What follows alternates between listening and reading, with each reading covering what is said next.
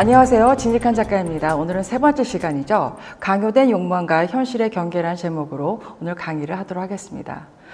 서구의 식민지는 사실 경제적 수탈과 물질적인 수탈이 사실 제일 중요했었기 때문에 제국주의는 원래 수탈은 기본으로 하는 거라 생각을 했죠.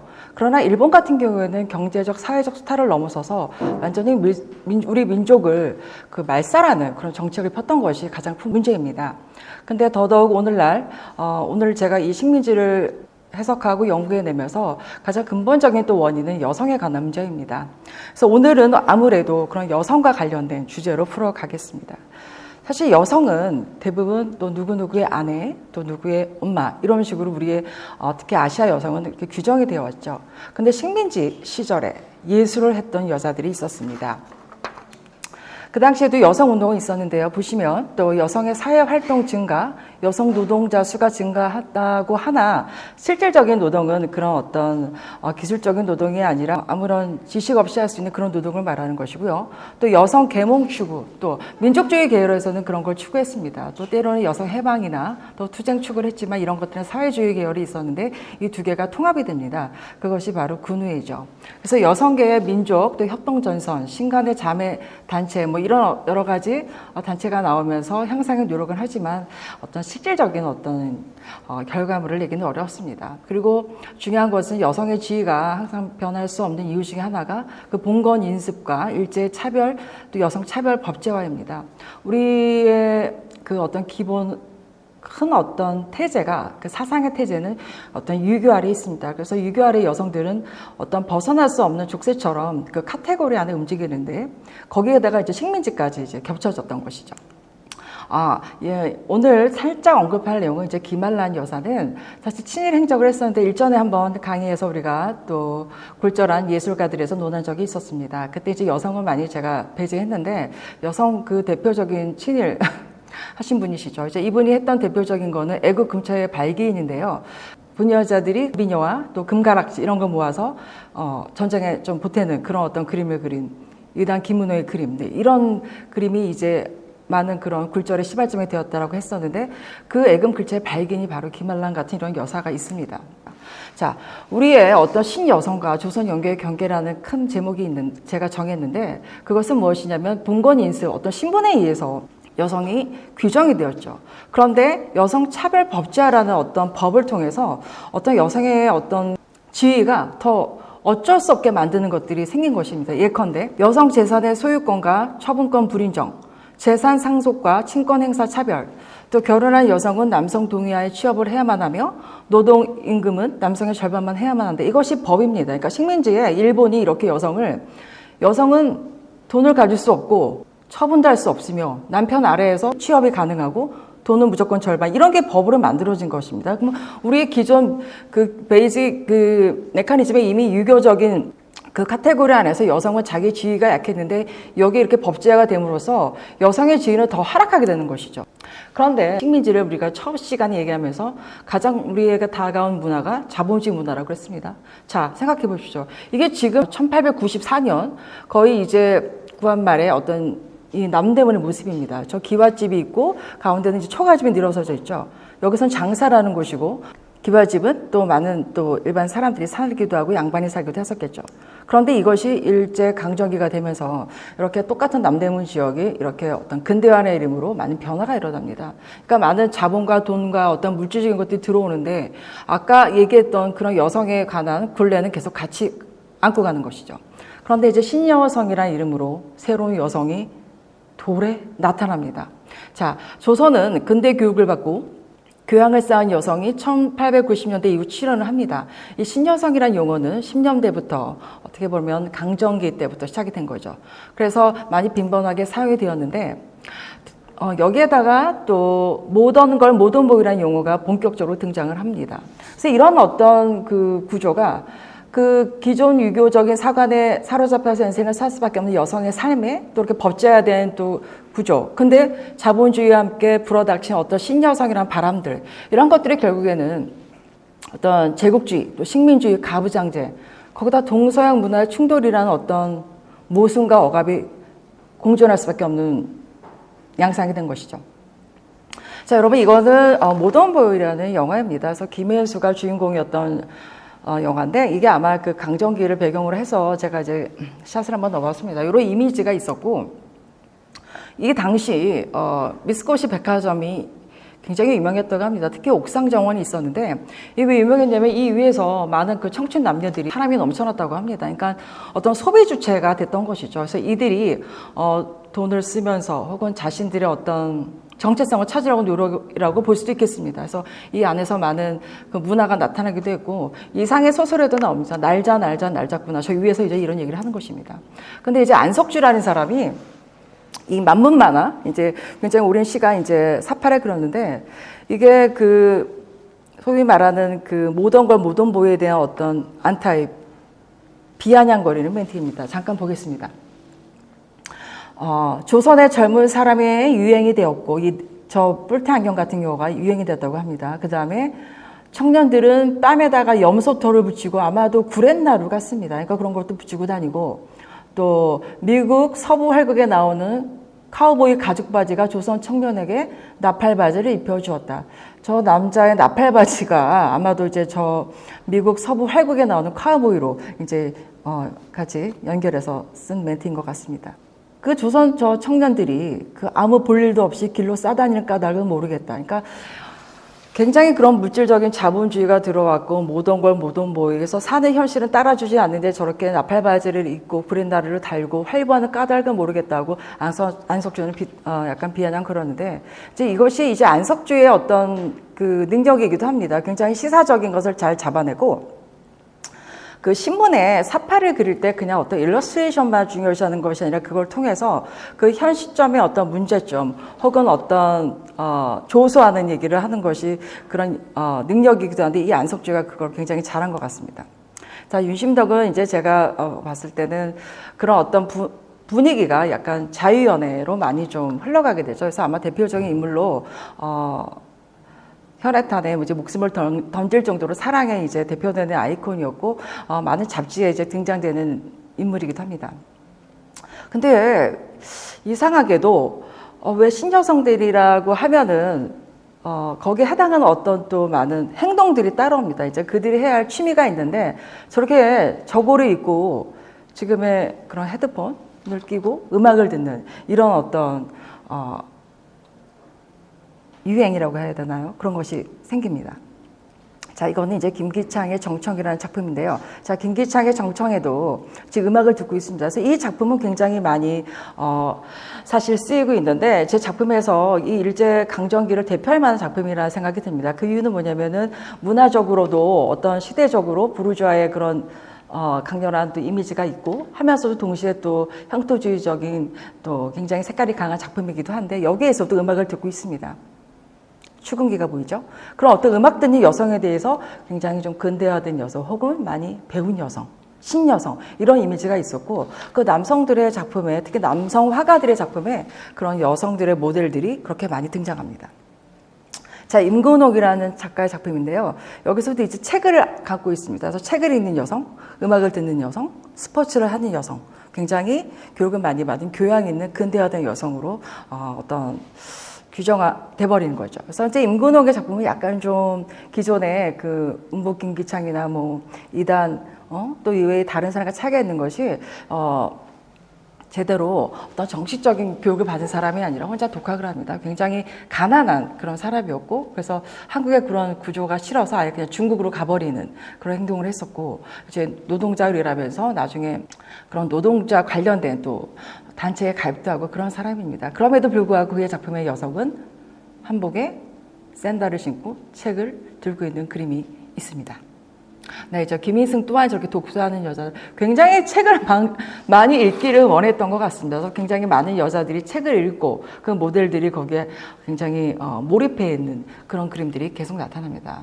이 또한 이제 봄의 가락이라고 해서 그 음악이라는 것이 단순 듣는 것뿐만 아니라 이제 같이 향유하는 거.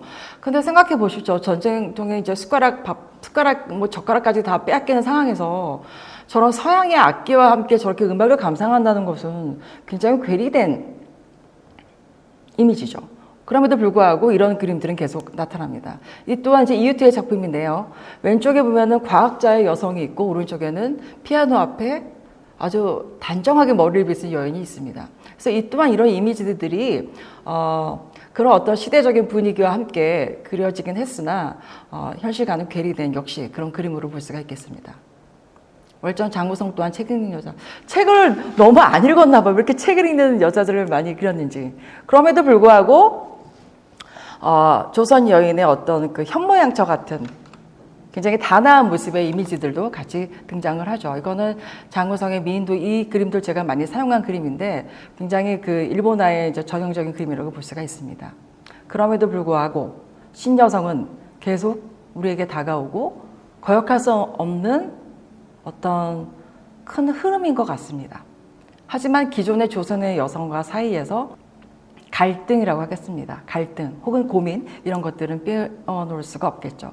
사실 조선의 여인들은 이러고 살았습니다. 왜냐면은 이것이 이제 외국 작가의 사진을 찍힌 건데요. 이것이 여러분 너무 에로틱하거나 어떻게 야한 생각을 하지 마십시오. 그냥 여인들의 모습입니다. 그래서 이제 10년도에 이제 자식을 잃고 난 여인의 모습인데 당시의 여성들은 저것이 어떤 다른 이유가 아니라 일을 많이 하다 보니까 이 저고리가 너무 짧고 이러다 보니 이제 이렇게 올라가지 않습니까? 그래서 그런 것들이 이제 외국 작가들이나 관련자들이 쓴 내용인데 저 마지막 내용만 잠깐 제가 설명해 드릴게요. 가슴을 드러내놓고 거리를 활보하는 여인들은 모두 예외 없이 최하급 계층인 7반에 속하는 사람들인데 지금은 영국과 미국 선교사들의 노력으로 거리에서 이들을 볼 수 없게 되었다. 그런데 의상의 한 가지 특징은 저고리가 너무 짧기 때문에 양쪽 가슴이 가려지지 않는다는 것이다. 그것은 우리가 이미 살펴본 대로 러시아나 심지어 캐나다보다 훨씬 더 추운 조선의 기후를 감안할 때 기이하고 가장 비실용적인 옷차림이다. 꼬레아 꼬레안이라는 책이 이렇게 쓰여 있는데요. 자, 이것이 1920년도의 사진인데 이제 조선 말기에 자, 혜원 신윤복의 그림을 보겠습니다. 이거는 이제 혜원은 여러분 아시다시피 기생을 많이 뮤즈로 삼아 그렸던 화가입니다. 전형적인 전업작가 화가죠. 그런데 이제 그가 그렸던 작품을 보면은 분명히 저 위에는 기생들이 놀고 있고 아래층에도 저 목욕하는 사실 단오날의 풍속이 다 목욕하는 것이기 때문에 저게 에로틱하거나 전혀 뭐 야한 씬이 아닙니다. 그런데 제가 여기서 중요시한 장면은 바로 저 오른쪽의 여인입니다. 저 여인은 기생이 아니고 보찜 장수인데 아마 물건을 팔아온 여인인 팔러온 여인인 듯합니다. 근데 이 또한 여인도 이 저고리가 짧고 일은 해야 되고 하다 보니 이렇게 노출이 되는 것이죠. 이거는 엘리자베스 키스가 그리는 우리 20년도에 그 시골에서 벌어진 결혼잔치의 씬인데요. 여기에서도 많은 노동을 하는 여인들은 예를 들어 저 위에 젖을 먹이는 엄마 혹은 노동을 많이 하는 여성들은 이렇게 노출이 되는 상황이 현실입니다. 그래서 이런 현실은 조선의 혹은 그 일제강점기의 여인들이 계속 저런 부분이 있는데 신여성과는 전혀 괴리된 삶이고 신여성은 그런 부르주아적인 혹은 도시화, 근대화의 이름으로 왔던 그런 하나의 개념으로 볼 수가 있겠죠. 하지만 사람들은 그 신여성을 원했습니다. 자, 외국인이 본 구한말 조선 여성의 모습에서 이런 말이 있습니다. 세비지 랜도어라는 사람은 이렇게 말했습니다. 한국 여자들은 칩거의 삶을 산다. 그리고 파시벌 로웰이라는 사람은 7살이 되면 남녀가 분리된 다른 삶을 살게 되고 남자는 사회 중심으로 들어가지만 여자는 마치 수도원처럼 집안에 갇혀 산다. 결혼을 하면 다시 남편과 남편 가족에 갇히게 된다. 자, 프레드릭 맥킨지라는 사람이 이렇게 말했습니다. 저널리스트인데요. 한국의 상류층 여자들은 칩거에 가까운 삶을 살며 이것을 남편에 대한 존중이라고 받고 하류층 여자들은 가족을 부양하느라 평생 일에 치여 산다. 그럼에도 불구하고 또 예술가는 나타납니다. 그래서 우리 오늘 이런 일제강점기에 또 앞전에 얘기한 그 조선 말기 또 식민지에 남아있는 유교적인 어떤 카테고리 사상 안에서의 여성의 삶, 그럼에도 불구하고 여성임에도 예술을 하겠다는 여자들이 있었다는 것이죠. 근데 누구였을까요? 처음에 등장했던 사람들은 사실 기생 출신입니다. 그들은 서화 연구에 서화 미술의 건번에서 그런 걸 배우고 또 활동은 뭐 선전이나 서화협회전을 통해서 했는데 대표적인 기생들은 김능의, 하미숙, 원금옥 이렇게 볼 수가 있습니다. 이제 앞전에 얘기했던 그 신윤복의 그 단오의 그 씬을 그렸던 사람이 그린 이 기생입니다. 기생은 왜 이렇게 최초의 여성 화가가 될 수 있었을까요? 그것은 기생의 삶이 자유로울 수 있었기 때문이죠. 그러니까는 이미 타자화된 인생을 살았기 때문에 그게 괜히 힘든 일이 아니었던 것이죠. 그리고 또 하나는 기생을 안에서는 또 나름대로 급이 있습니다. 1패 기생, 2패 기생, 3패 기생. 그래서 1패가 되기 위해서는 굉장히 그런 어떤 문예적인 소질을 갖춰야 되는데 그 안에 사군자 그리는 어떤 커리큘럼이 있었고 그래서 할 수 있었던 것이죠. 자, 이 신윤복이 그렸던 이 기생이 지금 제가 말씀드리고 한 요즘 뭐냐면 이제 강점기에도 이런 트렌드 세터로서 역할을 했다는 것이죠. 가장 앞서가는 저 하얀색 힐과 원피스와 저 고급진 가방과 또 저 짧은 머리 이런 것이 굉장히 신여성의 어떤 외형을 갖고 있다는 것입니다.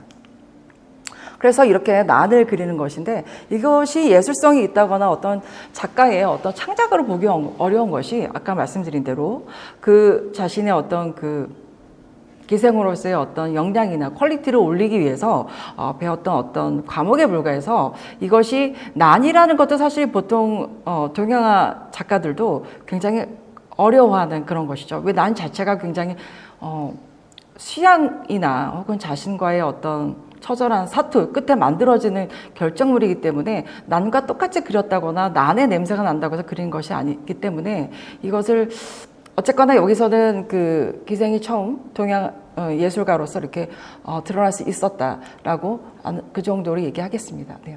근데 이제 제대로 배운 화가들이 등장합니다. 동양화단의 여성 화가들. 여기서 정찬영, 이현옥, 정용희, 배정래 이런 여성 작가들이 등장합니다. 근데 이들 또한 선전을 통해서 대회에 나가서 입선을 하고 그래서 작가의 길로 들어서게 되는데요. 이 작가는 정찬영이라는 작가입니다. 정찬영은 사실 굉장히 재능이 많았고 선전에서도 창덕궁상까지 받기도 했었습니다. 그래서 이 작품 같은 경우에는 아마 아들을 낳았다고 하는데요. 아들을 낳고 굉장히 행복했나 봐요. 그래서 그 기쁨으로 이렇게 공작을 그렸었고 이것이 한 35년 굉장히 오랜 시간이 흐른 후에 이렇게 대중 앞에 드러났다고 합니다. 이거는 이제 배정래의 봄인데요. 네. 이단 김은호의 유일한 여성 제자라고 합니다. 그러다 보니까 이 동양화의 속성이 굉장히 그 누구한테 배우느냐가 중요하고 또 굉장히 주조식입니다. 더더구나 선생님들이 다 남자기 때문에 처음 예술을 했던 그 기생은 어떤 자신의 어떤 그 역량을 높이기 위한 그 배운 과목에 시작을 했었다면 이 여성들은 물론 공부를 했지만 스승들이 다 남자였고 또 동양화라는 속성 자체가 누군가에 의해서 먼저 그 따라해야 되는 것 때문에 막 자신의 내면 세계라고 할까요? 그럼 마음껏 드러내는 것이 약간 좀 한계가 있었다, 어려움이 있었다 이렇게 볼 수가 있습니다. 왜냐하면 굉장히 하늘 같은 선생님 앞에서 더더구나 또 남성이고 이러다 보니 동양화 화가들의 어떤 활동들이 그렇게 활발하지 못한 이유도 거기에 있지 않나 그런 생각이 드는데요. 자, 그렇다면 신여성은 누구라고 말할 수 있을까요? 자, 유학파 신여성 예술가들의 등장 이렇게 제목을 설정해 보았습니다. 그런데 이 유학파 여성들의 삶 또한 쉽지가 않습니다. 정말 호락호락하지가 않는데 이들을 많은 미술사가나 평론가나 뭐 역사학자들이나 이들의 삶을 단순히 기존의 낡은 삶의 틀을 벗어나고자 한 제수처럼만 추구하는 느낌을 많이 받습니다. 그래서 이거에 대한 조금 고민을 해보았습니다. 일제강점기 신여성 담론은 전통과 근대의 교차점에서 현실과 이상 사이의 괴리, 사회적 모순과 혼돈의 양상을 보이고 있는데 그래서 제가 지금 오늘 가지고 온 어쩌면 신여성을 말하는 대표적인 인물이라고 할 수 있을 것 같습니다. 그래서 이 나혜석 같은 경우에는 최초의 여성 서양 화가입니다. 그래서 나혜석이 사실은 개인적인 그 개인사는 굉장히 좀 힘들고 좀 고달픈 점이 많습니다. 그러나 이제 그녀가 했던 그런 예술적 게스처나 행동, 그 결과물, 성과물들은 이제 좀 제대로 말아야 되지 않을까 생각이 드는데요. 이제 이런 얘기를 했습니다. 그녀가 쓴 경이란 소설이 있습니다. 이 소설에 이런 내용이 있습니다. 경이도 사람이다. 그 다음에는 여자다. 그러면 여자라는 것보다 먼저 사람이다. 또 조선 사회의 여자보다 먼저 우주한 전 인류의 여성이다. 이렇게 말을 했습니다. 그래서 이 한복 입은 이 나혜석의 사진을 보고 저는 아니 외모는 굉장히 소녀 같고 굉장히 여리여리한 외모를 가졌는데 어떻게 저렇게 파격적인 인생과 예술을 펼칠 수 있었을까 이제 이런 거를 제가 살펴보았는데요.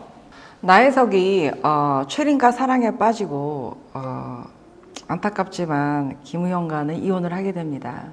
그리고 나서 발표한 내용인데요. 이혼 고백서 제가 한번 읽어볼게요. 조선 남성 심사는 이상하회다. 자기는 정조관념이 없으면서 처에게나 일반 여성에게 정조를 요구하고 또 남의 정조를 빼앗으려고 합니다. 중략.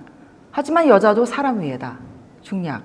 그대들은 인형을 원하는가? 늙지도 않고 화내지도 않고 당신들이 원할 때만 안아주어도 항상 방긋방긋 웃기만 하는 인형 말이오.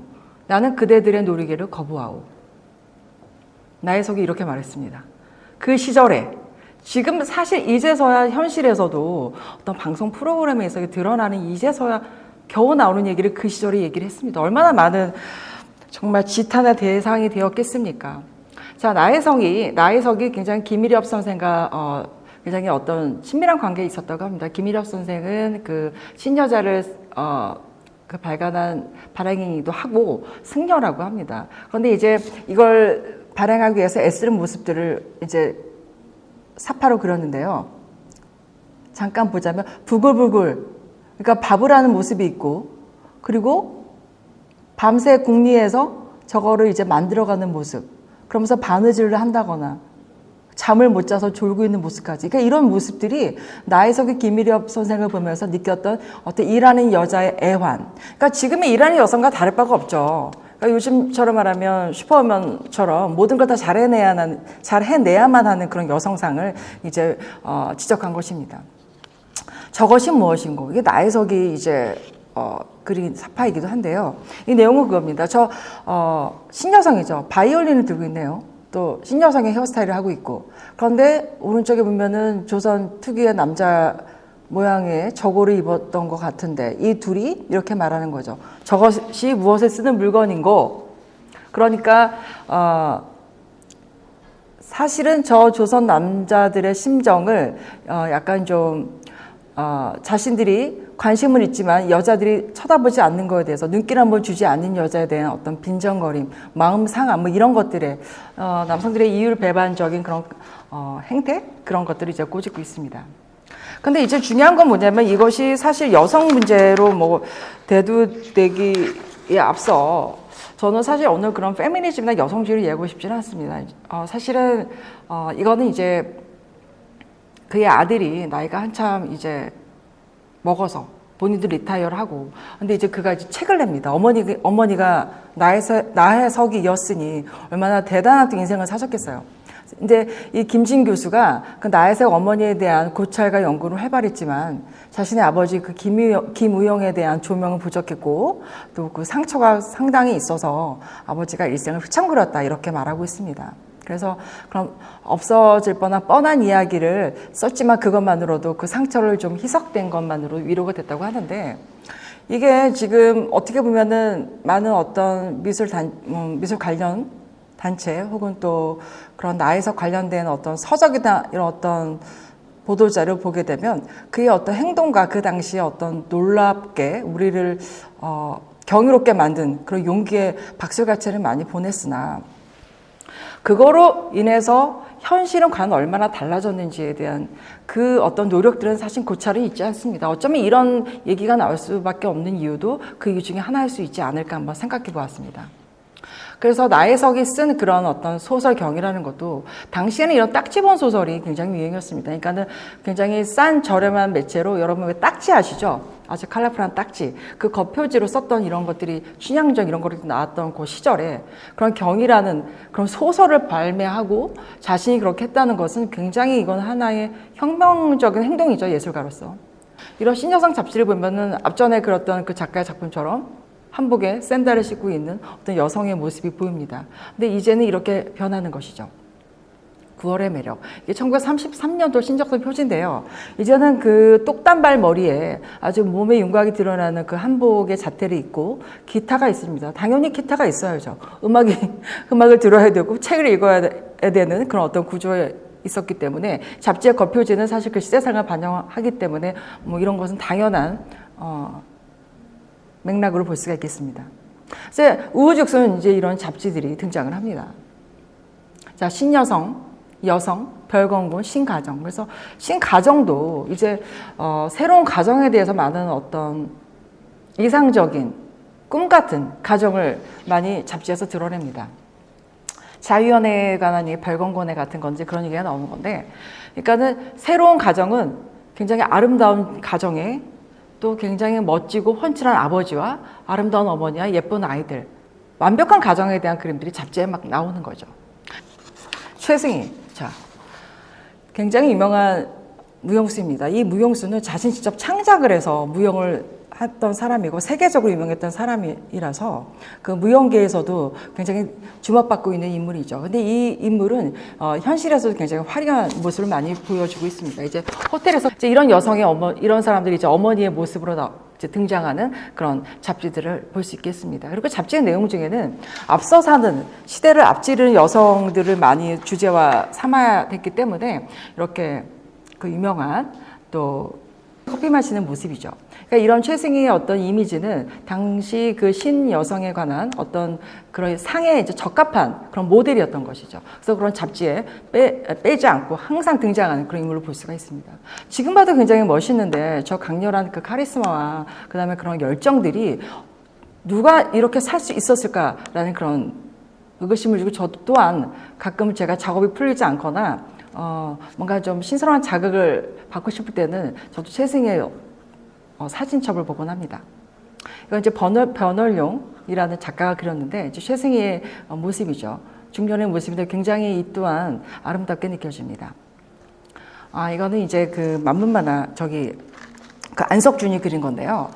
이게 이런 모습이 조금 그러니까 그 안석준이 앞전에 보여준 이런 잡지, 겉표지 이런 걸 다 안석주가 한 겁니다. 이 안석주의 그 그림 스킬은 테크닉도 뛰어나지만 그 시대에 어떤 필요한 어떤 이미지상을 굉장히 잘 잡아냈고 또 안석주 같은 경우는 그 앞전에 또 그 나팔바지 그 그림까지도 그 시사성도 뛰어났었는데 이 사람의 멘탈에는 아마도 제 생각에는 그 카프의 멤버이기도 했었고 그래서 그런지 약간 좀 마치 우리가 지금 왜 미국의 여성을 예전에 논할 때 골디거 이렇게 부르지 않았습니까?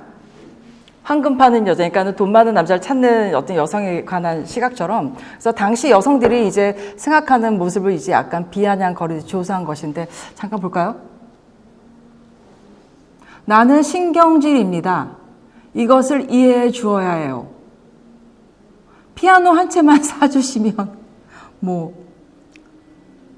나는 아직 독신입니다. 그러니까 그 여성들이 당대에 그 어떤 자본에 의한 경성 같은 도시의 변화들 또 모던 걸 혹은 여러 가지로 많이 이제 자본화된 물질 사회에서 욕망은 커져가고 하지만 현실적으로는 따라갈 수 없는 그럴 수 없는 처지에서 그냥 드러낸 감정들이 아마도 이 안석주의 눈에는 이렇게 보였던 것으로 생각이 됩니다.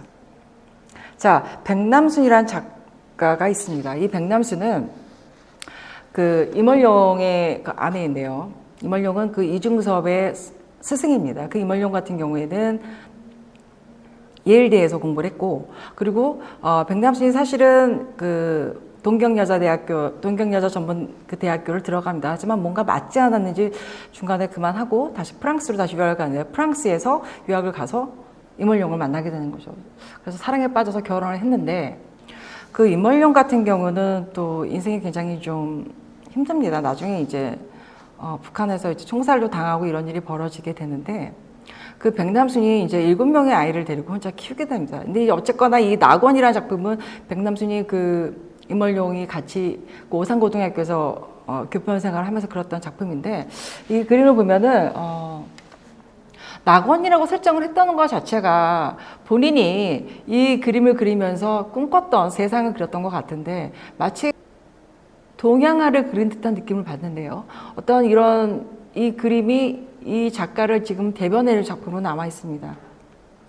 근데 이제 말년에 그가 그 플러싱 아파트 화실에서 그리고 이제 죽기 전에 다행히도 또 90대에 돌아가셨는데 다행히도 그때 이제 연결이 돼서 마지막 작품을 이제 국립현대미술관에 이제 전시도 하고 이런 일이 생기죠. 근데 이제 이 그림을 보면서 이게 자료인데 제가 볼 때는 너무 슬픈 게 이 플러싱이 그 뉴욕의 그 뉴욕시의 그 퀸즈의 한 동네예요. 그러니까는 이분이 남편이 죽고 혼자서 자기 큰딸이 있는 미국으로 갔고 미국에서 다시 뉴욕으로 갔고 7 아이들을 혼자 키워냈던 여인이 마지막에 숨을 거둔 장소가 플러싱이라는 것이죠. 그건 굉장히 많은 의미를 함의합니다. 그 제가 코리안 디아스포라 얘기하면서 많은 이주민들의 얘기를 했었죠. 지금도 떠돌고 있고 경계인으로 살 수밖에 없는 사람들. 어쩌면 예술가로서 그런 전형적인 어떤 디아스포라 혹은 경계인의 삶을 살 수밖에 없는 거기에다 여성이라는 이유로 이런 것들이 굉장히 점철된 그런 여성 작가입니다. 그래서 그 플러싱은 굉장히 많은 아시안, 특히 중국이나 한국 사람, 온갖 그 이민자들이 많이 사는 동네이고 거기에 있으면서 특히 퀸즈 성당을 다녔다고 하는데요. 그 퀸즈 성당이나 퀸즈 교회 같은 경우에는 그 이민자들이 같은 어떤 커뮤니티를 만들어서 서로 위로받고 서로 이제 소통하는 그런 집단이죠. 그러니까 이민 사회가 대다수가 그렇듯이 많은 종교 집단이 많은 역할을 합니다. 그래서 어떤 경우는 뭐 20년, 30년 돼도 영어를 한마디 못 하시는 분들이 아마 그렇게 공간만 미국이지 미국에 있는 한국 교회에서 몇십 년씩 내시면 영어를 못 합니다. 그러니까 그런 삶이 살 수 있는 공간인데 아마도 이제 그렇게 외로움을 그 성당을 통해서 많이 극복하신 것 같고 그래서 이 노 작가의 마지막의 모습에도 저렇게 그림을 그렸다고 하는 모습이 굉장히 저한테는 많은 슬픔과 함께 많은 메시지를 주고 있습니다. 네, 박내연이라는 작가는 이제 이렇게 당시 수업했던 어떤 마치 그 의대생들이 그 실습하는 그런 어떤 모습을 보여주고 있는데, 근데 박내연이라는 작가는 그렇게 제가 볼 때 여성성이 강한 느낌을 저는 사실 이렇게 많이 받지 못했습니다. 근데 이제 오늘 얘기할 얘기는 이제 천경자입니다. 사실 이 천경자는 여러분이 아시다시피 여성 화가이기도 하지만 이 천경자의 삶 속에 신여성 혹은 조선시대 여성 또 현대 여성 어쩌면 지금의 우리 스틸 라이프까지 다 함축하고 있지 않나 생각이 드는데요. 천경자 같은 작가 같은 경우는요, 지금의 이 시기가 식민지에 해당하는 이 작품만 논하기에는 너무 많은 그런 아우라와 많은 레이어가 있습니다. 이 작가가 많은 작품이 쏟아질 때는 사실 70년대 혹은 또 세계 여행을 갔다 와서 많은 작품이 있는데 요 시기에 요 동경여자대학교 갓 졸업한 그 시기에 해당하는 작품과 그다음에 앞으로 벌어질에 대한 어떤 예시 차원에서만 제가 언급을 하겠습니다. 이 천경자의 조부 이제 작품인데요. 이제 졸업하고 와서 그린 거죠. 졸업 때 그 시점에 그린 건데 이 작품을 보면은 천경자의 그 개인사를 잠깐 얘기를 안 할 수가 없는 것이 사실 천경자 같은 경우에는 제대로 된 그 두 번째 결혼은 제대로 된 정상적인 결혼 생활이 아니죠. 그러니까는 뭐가 그렇게 좋았는지 모르겠지만 기자분과 사랑에 빠지셨다고 합니다. 그래놓고 자식을 넷이나 두고 키워야 하니 그림은 그려 했었고 그런데 그의 작품은 또 굉장히 강렬한 색채를 써야만 했었고 색채라는 것은 조선시대도 약간 좀 폄하된 요소이기도 했습니다. 왜냐하면 문인들이 굉장히 싫어하는 조형 요소 중에 하나가 강렬한 어떤 자신의 색깔이나 혹은 또 자기의 사상이나 드러나는 색채 요소는 바람직하지 않기 때문에 좋아하지 않았던 것이죠. 더더구나 또 일본에서 들어온 일본화들은 또 이 또한 색채가 강렬합니다. 그러다 보니까 천경자가 그렸던 그림들의 그 색채들이 나중에는 이거 일본화 아니야? 하고 이렇게 얘기를 듣기도 하고 비아냥거림을 받게 되죠. 그리고 또 하나는 뭐냐면은 천경자가 예술을 하기 위해서 했던 어떤 제스처들이 일종의 제가 볼 때는 어떤 전위적인 어떤 퍼포먼스적인 해석으로 볼 수가 있습니다. 자신의 어떤 굴곡진 삶을 그 여성 작가로서 예술을 함에 있어 어떤 소재로서 뱀을 굉장히 많이 사용합니다. 그럼 뱀이 어떻습니까? 지금 보시죠. 이 그림 보면 어떤 생각이 듭니까? 저 얽힌 수많은 뱀을 보면서 마음이 행복하신가요? 혹은 편안하십니까? 아니면 아름답습니까? 네. 성경자의 개인 서사와 감정이 반영되었던 주 소재로서의 뱀. 이 뱀은 이 청경자가 자신의 어떤 감정이나 혹은 자신의 그 고통들을 뱀을 그리면서 해석해내고 희석해내는데요. 이 그림이 나중에 이렇게 생태라는 그림으로 나옵니다. 어떠십니까? 굉장히 강렬하죠. 그러니까는 신여성이라는 어떤 카테고리 거기에 들어가죠. 당연히 들어가죠. 일본에서 공부를 했고 그 다음에 예술 세계를 펼치는 모던한 삶을 살았고, 그런데 조선시대 여성은 뭐죠? 자기는 남편이 없고 혼자 자식을 부양해야 했으며, 또 하나는 자신의 둘러싼 모든 그런 가정사가 전형적인 그 남성 중심적인 어떤 사회에서 벌어질 수 있는 일이 계속 보게 되는 것이죠. 예를 들면 자기 어머니가 끊임없이 그 아버지의 바람기로 힘들어하는 모습을 보고 살았다거나, 또 심지어 자기 친동생이 병원에 누워서 언제 죽을지도 모르고 언제 세상을 떠날지도 모르니까 빨리 좋은 병원을 찾든지 뭘 어딘가 뭔가 방법을 강구해야 되는 그 상황에서조차도 아버지는 기생집에 가 있고 뭐 이런 것을 보게 되는 것입니다. 그리고 그 처음에 그랬던 할아버지,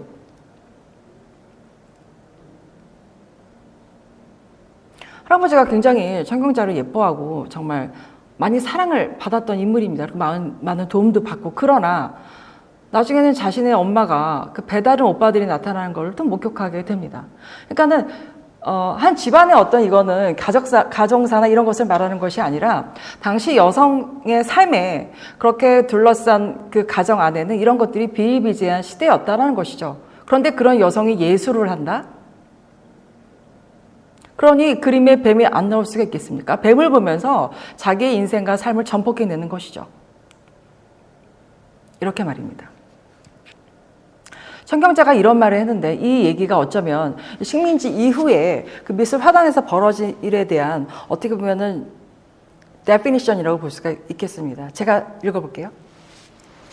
내 화단 호적은 분명히 동양 화가로 되어 있다. 색채를 다룬다고 해서 일본화가 무엇인지 한국화가 무엇인지 분별조차 못하던 당시 일부 동양 화단. 친일파를 몰아치던 시류에 맞춰 내 작품도 무조건 일본화라고 몰아 싹트기 시작한 내 예술사상을 구두발로 무참히 문질러댔다. 얼마쯤 지나니까 일본화라는 말이 들어가더니 이제는 내 작품을 서양화라고 했다. 도무지 귀찮은 일이었다. 나는 자신을 얻기 위해 상당한 무리를 해 2차례 일본 동경으로 가서 개인전을 열고 소신껏 일을 했다. 그러자 1970년 화부를 구상과 비구상으로 나누더니 내 작품을 또 반추상이라고 부르면서 걸자리가 없다는 것인데 당시 무지한 사람들이 산수화만 구상으로 치고 있었기 때문이다.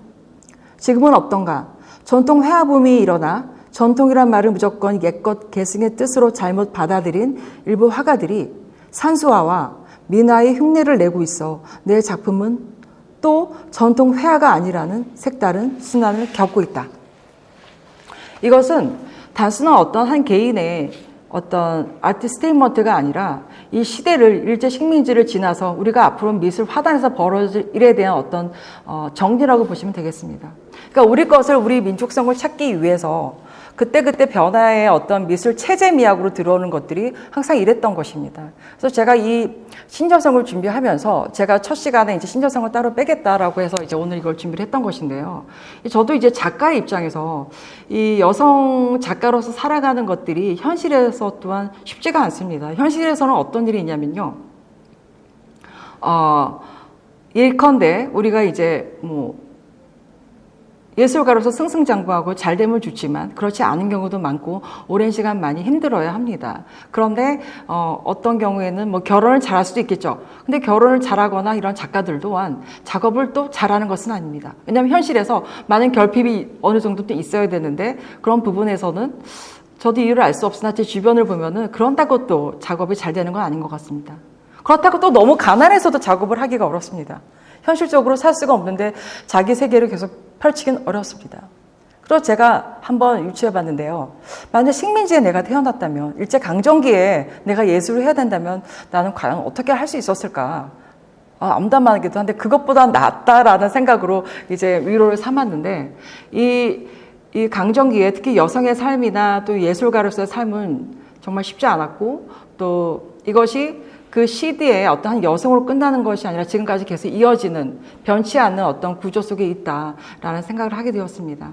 어쩌면 일제 식민지에 대한 어떤 그 블랙홀 같은 그 시기를 제가 보면서 이 여성 문제를 혹은 여성 작가 혹은 또 신여성이라는 이름 혹은 지금 현 시대의 여성이든 또 아직까지 변치 않고 우리를 울거매고 있는 족쇄처럼 잡고 있는 어떤 그것이 꼭 유교적인 사관을 말하는 것은 아닙니다. 어떤 현모양처든 벗어날 수 없는 그런 카테고리들이 이제 좀 자연스럽게 희석되는 시대가 와야 되는데 아직까지도 변치 않은 모습을 볼 때 조금 안타깝다는 생각이 듭니다. 그래서 여러분 오늘 간단하게 제가 이제 오늘 보여준 작품들은 대체로 여성 화가들의 작품이었고 그들이 그 시대에는 이슈가 되었고 쟁점화 되었지만은 지금에서는 이제 현실적으로 그들이 한 행동으로 주목받는 것이 아니라 그 문제점이 좀 해결되는 세상이 됐으면 좋겠다. 이렇게 이 얘기로 오늘은 마무리 짓겠습니다. 감사합니다.